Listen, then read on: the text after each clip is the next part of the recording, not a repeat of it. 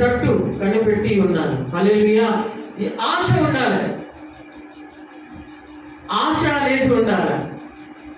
దేవుని యొక్క అద్భుతమైన కార్యాలు నా పట్ల జరగాలి అని అంటే ఫస్ట్ ఆఫ్ ఆల్ నీకు ఏముండాలి?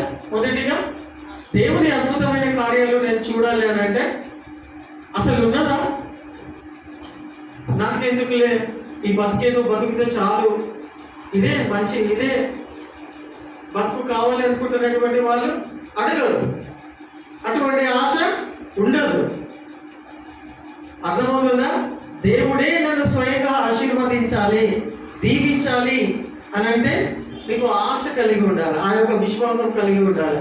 లేదు పర్వాలేదు, ఈ కొద్దిపాటు బతుకు, కొన్ని దినాలు ఇట్లనే బ్రతికి నేను ఉండిపోతాను అనేటువంటి వాళ్ళు అట్లనే ఉంటారు. కానీ దేవుడే నన్ను ఆశీర్వదించాలి అని అంటే చూడండి, నేను ఎంతో ఆశతో నీ తట్టు కనిపెట్టి ఉంటూ ఉన్నాను, ఎంతో ఆశ కలిగి ఉన్నాను ప్రభువా. దేని పట్ల ఆశ కలిగి ఉన్నాను? నీ మందిరము, నీ పరిశుద్ధ ఆలయం మందు నేను ఎంతో ఆశతో నీ తట్టు కనిపెట్టుకొని ఉన్నాను, నీ మందిరానికి రావాలని. ప్రియమైన వారులారా, ఒక విషయం నేను మీకు తెలియచేయాలనుకుంటున్నాను. చూడండి, యెషయా గ్రంథము 58, 13, 14 వచనాలు చూద్దాము. యెషయా గ్రంథము 58. ఎందుకు అనగా దేవుని ఆలయములో దేవుడు ఎంత గొప్పగా నేను ఆనందింపచేస్తాడు, దేవుని ఆలయము నుండి నేను ఎంత గొప్పగా ఆశీర్వదించి నడిపిస్తాడు, దేవుని ఆలయం అందే నీకు ఎంత సమృద్ధి అనేటువంటి ఆశీర్వాదాలు కలుగుతాయో అనేది దేవుని యొక్క వాక్యములో మనము చూసి నేర్చుకుందాం. ప్రియమైన వాళ్ళరా, యెషయా గ్రంథము ఎందుకు తయారు చేసి పెట్టినాడమ్మా? నా కోసమే అంటే మాటకు అర్థమైంది, నేను బాగు చేయడానికి. నిన్ను దేవుడు ఎందుకోసమైతే ఏర్పాటు చేసుకున్నాడో ఆ విషయంను నెరవేర్చడానికి, లేదా నీ జీవితంలో బాగు చేయడానికి, నీకు నిజమైన ఆనందము, సంతోషము, ఆశీర్వాదము, తృప్తి అనేది ఇవ్వడానికి, నేను బాగు చేయడానికి దేవుడు నీ కోసము, నా కోసము, మన కోసము ఈ పునరుద్ధానము దినం అనేది ప్రతిష్ఠించి ఉన్నాడు అనే విషయం మనము మర్చిపోకూడదు. దీనిని ఘనముగా మనం ఆచరించాలి. హల్లెలూయా. ప్రతి ఆదివారం వస్తూ ఉన్నదంటే ప్రతి ఆదివారం కూడా మనం ఎట్లా దాన్ని సెలబ్రేట్ చేయాలా, ఘనపరచాలా. ప్రతి ఆదివారం కూడా పండుగలాగా చేసుకోవాలి మనం. హల్లెలూయా. సంవత్సరానికి ఒక దినం కాదు పండుగ క్రైస్తవులకు, ప్రతి ఆదివారం. ఎందుకంటే దాన్ని ఆదివారం దినములు ఘనపరచాలని రాయబడి ఉన్నది. ఎందుకు ఘనపరచాలని అంటే దేవుడు నిన్ను ఆశీర్వదించేటువంటి దినం. హల్లెలూయా.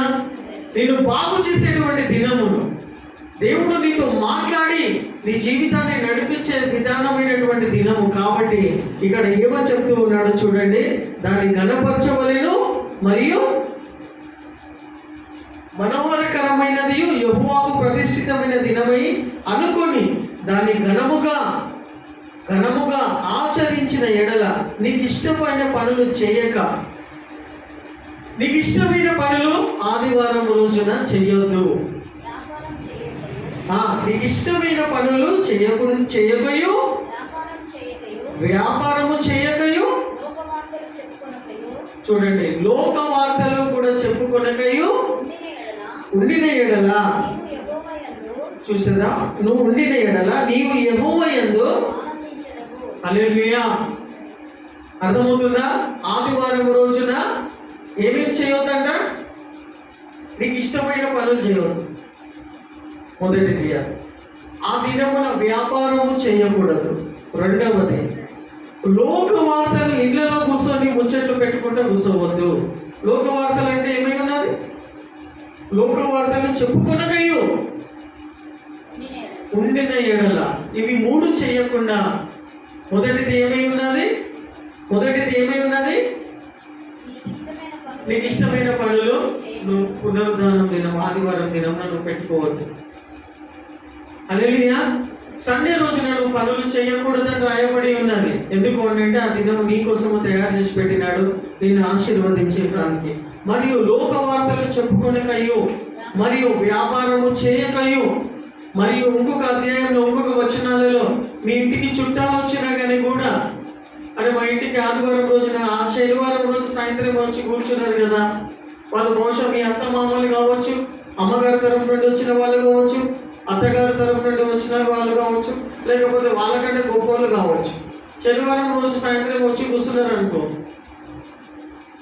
ఆదివారం తెల్లారితే ఆదివారం పోతారు. ఆదివారం ఏం చేస్తారు?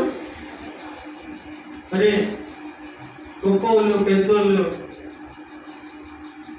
గొప్పవాళ్ళు, మా అత్తగారి తరపు నుండి వచ్చిన వాళ్ళు, మా అమ్మగారి తరపు నుండి వచ్చిన వాళ్ళు అని సండే కదా మటన్ చికెన్ తీసుకొచ్చి వాళ్ళకు వండి పెట్టి మర్యాద చేసుకుంటారు వస్తుందామా వాళ్ళకు.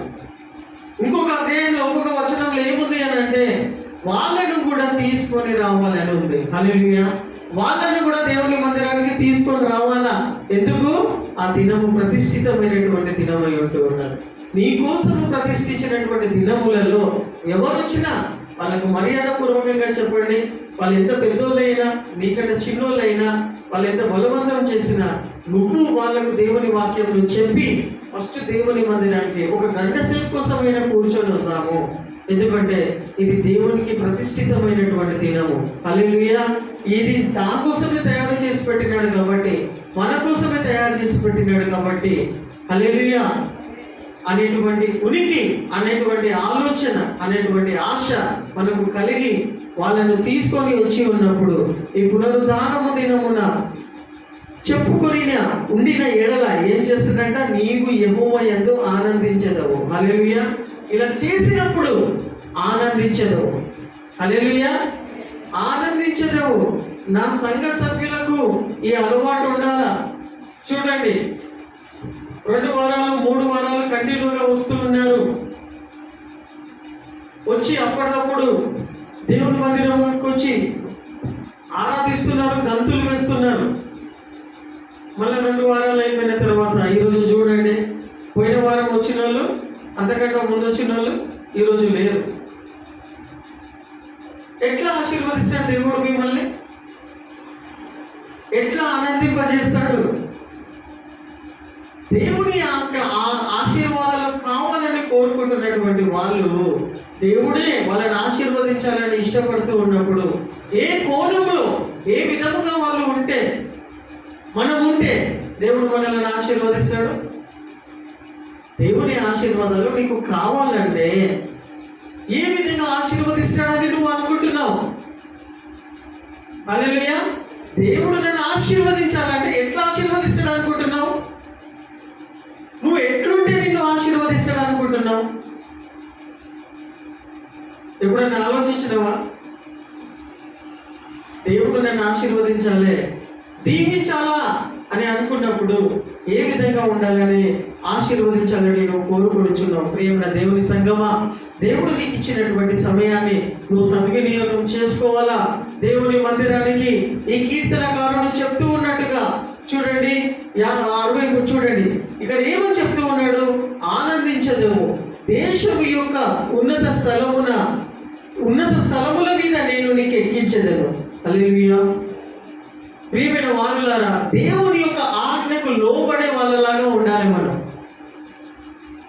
అర్థమవుతుందా? దేవుని యొక్క ఆజ్ఞకు లోబడే బిడ్డలుగా ఉన్నప్పుడు వద్దన్నా కానీ కూడా, ఆయన మాట చొప్పున నడుచుకుంటూ వెళ్తూ ఉన్నప్పుడు వద్దన్నా కానీ కూడా దేవుని యొక్క ఆశీర్వాదాలు మన పైన కుమ్మరించబడతాయి. హల్లెలూయా. దేవుని ఆజ్ఞలో మనం ఉండాల్సినటువంటి వారమై ఉన్నాం. హల్లెలూయా. దేవుని ఆజ్ఞలో మనం ఉన్నప్పుడు నిజముగా కీర్తనకారుడు చెప్తూ ఉన్నట్టుగా దేవుని యందు నువ్వు ఆనందించదవు. హల్లెలూయా. ఆనందించదవు అనే మాటను బట్టి ఏమర్థమవుతున్నది? ఆనందించదము అంటే నువ్వు సంతోషంగా ఉంటావు. మన వరంగల్ భాషలో చెప్పుకోవాలంటే ఆనందాన్ని బట్టి దేన్నంటాం మనం? ఏమంటాము? ఆనందాన్ని, సంతోషాన్ని ఇంకొక మాటలో చెప్పాలంటే చూడండి, దేవుని యందు ఆనందించడం అంటే దేన్ని బట్టి సంబరపడుతున్నావు అంటారు. నువ్వు బాగానే సంబరపడుతున్నావు కదా, ఎందుకు బాగా సంబరపడుతున్నావు? దేన్ని బట్టి సంబరపడుతున్నావు? ఏం చేస్తే సంబరపడతావు? నువ్వు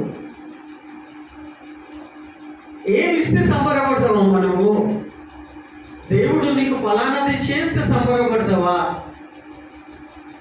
ఆనందించదవా? అర్థం చేసుకో ప్రియమైన వారులారా. దేవుని యొక్క పునరుద్ధానము దినమున మనము మిస్ కాకుండా క్రమము తప్పదు. ఇప్పుడు కొంతమంది కొన్ని కుటుంబాలే క్రమం తప్పి వెళ్ళిపోయినాయి, రాలేదు ఈరోజు. ఎట్లా దేవుడు ఆశీర్వదిస్తాడు? ఎట్లా దేవుడు దీవిస్తాడు? ఏం చెప్పాలని ప్రయత్నం చేస్తున్నానంటే, దేవుని బిడ్డల కోసం ఏర్పాటు చేసిన పునరుద్ధానం దినమున క్రమము తప్పకుండా, ఒక ఆదివారం కూడా తప్పకుండా, క్రమం తప్పడం అంటే ఒక్క ఆదివారం కూడా మిస్ కాకుండా వస్తూనే ఉండాలి. వాళ్ళ కోసం తయారు చేయబడినటువంటి పునరుద్ధానం దినమును కంటిన్యూగా ఎడతెగకుండా కంటిన్యూగా వస్తూ ఉన్నప్పుడు అప్పుడు దేవుడు నిన్ను దీవించి ఆశీర్వదించి ఉన్నతమైన స్థలములోనికి నేను నడిపించేదాడు. చాలా మందికి ఫోన్లు కూడా చేసి చెప్పినాం, కొన్ని గృహాలకు అయితే విజిట్ చేసినాం. అయినా కానీ కూడా వాళ్ళు లోకంలో ఉన్నటువంటి ఆ ఆచారాలను అందులో ఉండడానికే ఇష్టపడుతూ ఉన్నారు. ఆ పద్ధతులలో మునిగిపోయి ఉన్నారు కొంతమంది. అయితే మళ్ళీ ఆరాధన అయిపోయిన తర్వాత మనకు అక్కడక్కడ ఇక్కడ కనిపించినప్పుడు ఎక్కడ లేని భక్తి చూపిస్తారు వాళ్ళు.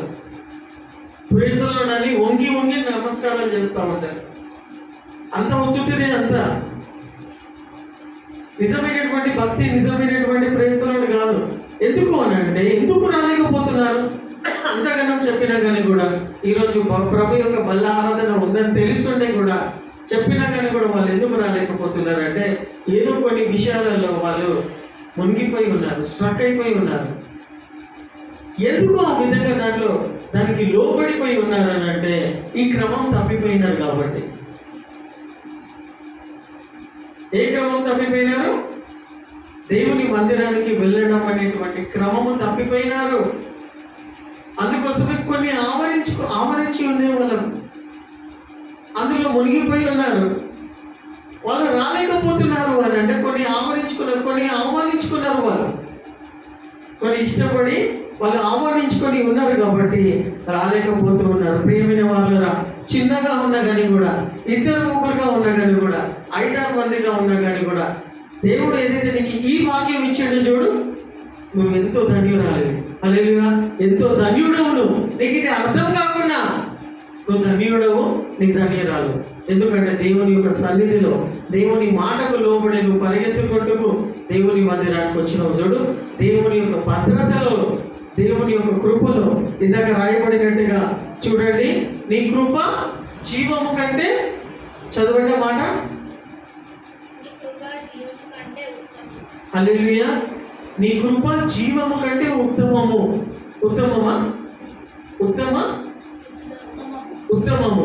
నీ కృప జీవము కంటే అంటే ఏమర్థమవుతుంది? కృప అంటే దేవుడిస్తున్న అవకాశాన్ని నువ్వు సద్వినియోగం చేసుకోవడం. దేవుడిస్తున్న అవకాశాన్ని నువ్వు కరెక్ట్గా ఈ సమయంలో నేను ఎక్కడ ఉండాలి అనేటువంటి ఉనికి నీకు ఉండాలి. ఆదివారం 10 9:30 అవుతుందంటే దేవుని యొక్క కృప ఆయా సమయంలో నువ్వు ఎక్కడ ఉండాలి? నువ్వు ఆదివారం వచ్చింది 9:30 10 అవుతున్నది, ఆ సమయంలో నువ్వు ఎక్కడ ఉండాలా? దేవుని మందిరంలో ఉండాలి. హల్లెలూయా. అది దేవుని కృప అయి ఉన్నది. ఆ కృప అనేది నీ బ్రతుకు జీవం ఉన్నది చూడు, దానికంటే ఉత్తమమైనది అది. హల్లెలూయా. దానికంటే గొప్ప ఉత్తమమైనది, జీవము కంటే కూడా ఉత్తమమై ఉంటూ ఉన్నది. కాబట్టి ప్రియమైన వారులారా చూడండి, ఎందుకు అనగా ఇక్కడ చూస్తూ ఉన్నట్టయితే యోహాను సువార్త 4:23-24 వచనాలు ఒకసారి చదవండి. దానికంటే ముందు కీర్తనలు 122 వచనం చదువుకుందాం.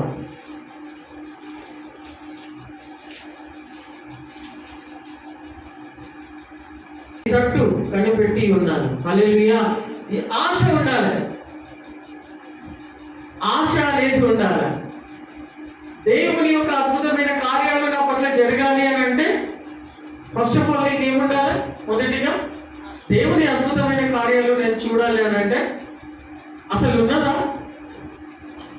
నాకెందుకులే, ఈ బతికేదో బతికితే చాలు, ఇదే మంచి, ఇదే బతుకు కావాలి అనుకుంటున్నటువంటి వాళ్ళు అడగరు. అటువంటి ఆశ ఉండదు. అర్థమవుతుందా? దేవుడే నన్ను స్వయంగా ఆశీర్వదించాలి, దీవించాలి అని అంటే మీకు ఆశ కలిగి ఉండాలి, ఆ యొక్క విశ్వాసం కలిగి ఉండాలి. లేదు పర్వాలేదు, ఈ కొద్దిపాటు బతుకు, కొన్ని దినాలు ఇట్లనే బ్రతికి నేను ఉండిపోతాను అనేటువంటి వాళ్ళు అట్లనే ఉంటారు. కానీ దేవుడే నన్ను ఆశీర్వదించాలని అంటే చూడండి, నేను ఎంతో ఆశతో నీ తట్టు కనిపెట్టి ఉంటూ ఉన్నాను, ఎంతో ఆశ కలిగి ఉన్నాను ప్రభువా. దేని పట్ల ఆశ కలిగి ఉన్నాను? నీ మందిరము, నీ పరిశుద్ధ ఆలయం మందు నేను ఎంతో ఆశతో నీ తట్టు కనిపెట్టుకొని ఉన్నాను, నీ మందిరానికి రావాలని.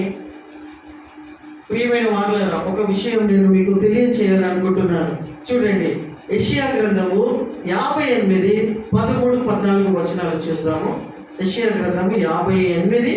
ఎందుకు అనగా దేవుని ఆలయములో దేవుడు ఎంత గొప్పగా నేను ఆనందింపచేస్తాడు. దేవుని ఆలయము నుండి నేను ఎంత గొప్పగా ఆశీర్వదించి నడిపిస్తాడు. దేవుని ఆలయం అందే నీకు ఎంత సమృద్ధి అనేటువంటి ఆశీర్వాదాలు కలుగుతాయో అనేది దేవుని యొక్క వాక్యములో మనము చూసి నేర్చుకుందాం. ప్రియమైన వాళ్ళరా, యెషయా గ్రంథము